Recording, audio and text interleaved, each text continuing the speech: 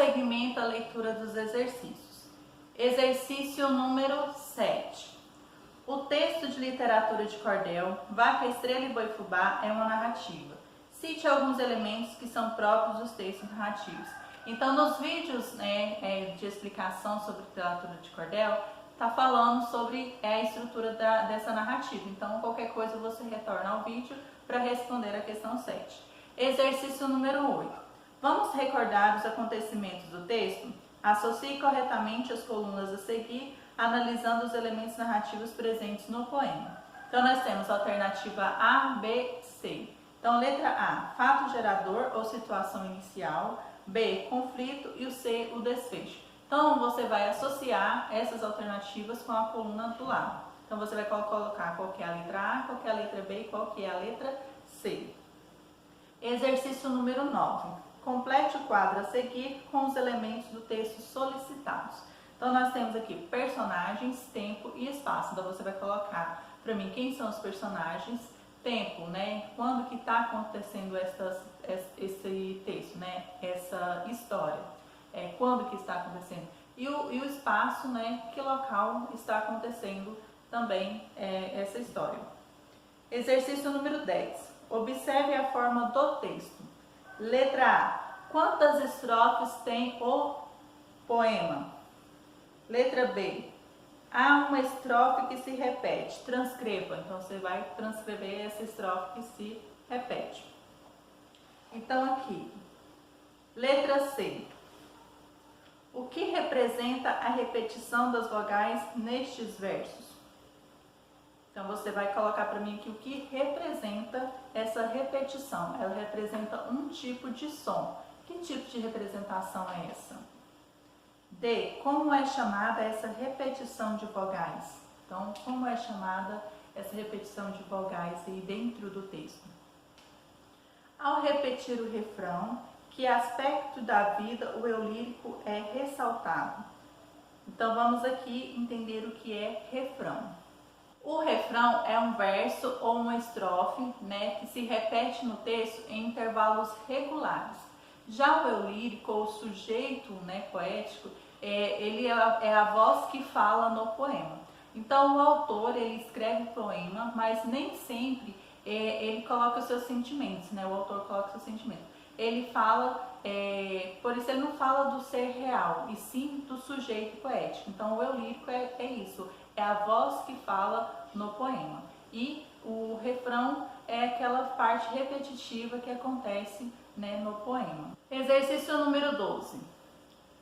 Em textos de que gênero geralmente há refrão? Então, você vai colocar para mim quais outros gêneros possuem refrão em suas composições, na sua estrutura. Exercício número 11. Releia a estrofe a seguir e faça o que se pede. Então, vamos reler aqui. Hoje nas terras do sul, longe do torrão Natá, quando eu vejo à minha frente uma boiada passar, as águas correm dos olhos, começo logo a chorar. Lembro a minha vaca estrela e do meu lindo boi fubá, com saudade do Nordeste e da vontade de aboiar. Letra A. Circule as palavras que rimam.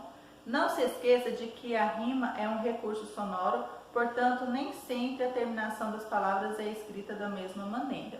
Então, esse recurso ele é colocado como rimas perfeitas e rimas imperfeitas, tá bom? Então, você vai circular para mim essas rimas. Quais são as rimas perfeitas e rimas imperfeitas aí? Letra B. Volte ao texto e observe as rimas. Elas ocorrem em todo o poema? Então, você vai ver se essas rimas ocorrem em todo o poema, sim ou não, e vai justificar aí para mim. Exercício número 12. Observe como o texto foi escrito. Letra A. Como seriam escritas as palavras natá, óleo e chorar de acordo com o padrão ortográfico da língua? Então, de qual seria a forma correta de escrever essas palavras? Vocês vão responder aqui para mim.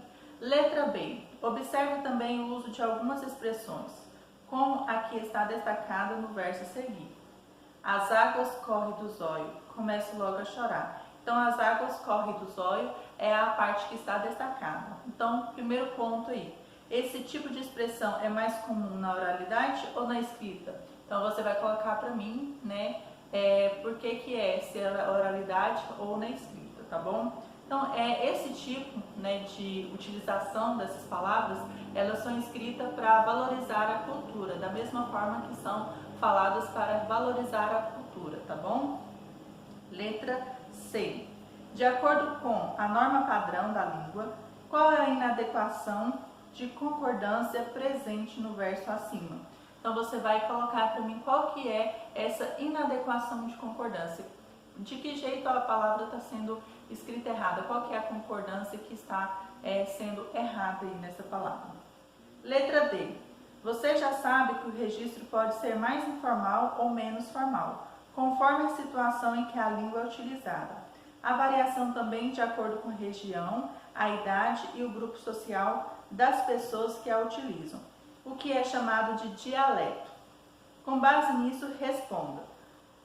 Primeiro ponto. No caso desse poema de cordel, o que explica a variedade da língua na escrita? Então, sobre tudo que já falamos, o que explica essa variedade de língua, tá? Então, é fácil de responder aí. Exercício número 13. A variação linguística nesse poema também ocorre por razões relacionadas a traços regionais. Marque a afirmação inadequada. Então, nós temos 4 alternativas, vocês vão ler aí para mim e vai marcar qual que é a inadequada, que não tem a ver com o que estamos falando, tá bom? Então, vamos lá, exercício número 14 e o último aí que vamos trabalhar aí, tá bom? Nesta atividade, você conheceu a literatura de cordel. Agora você será o cordelista e montará um cordel. Em uma entrevista dada por Patativa, ressaltou que o cordelista pode contar em versos um acontecimento que ele presenciou ou criar ele mesmo uma história. Então, o cordelista ele pode contar, né, um fato real ou uma história inventada ou fictícia. Então, você aqui, portanto, antes de compor seu cordel, decida se escreverá um fato real ou inventará uma história. Capriche. Então, você vai criar um cordel. Você pode colocar um fato real ou pode criar uma história, tá bom? Então, capriche no seu texto aí, na sua literatura de cordel. Qualquer dúvida sobre alguma das questões, é só me procurar na plataforma digital que estarei à disposição de vocês, tá bom? Um beijo e sucesso nas atividades!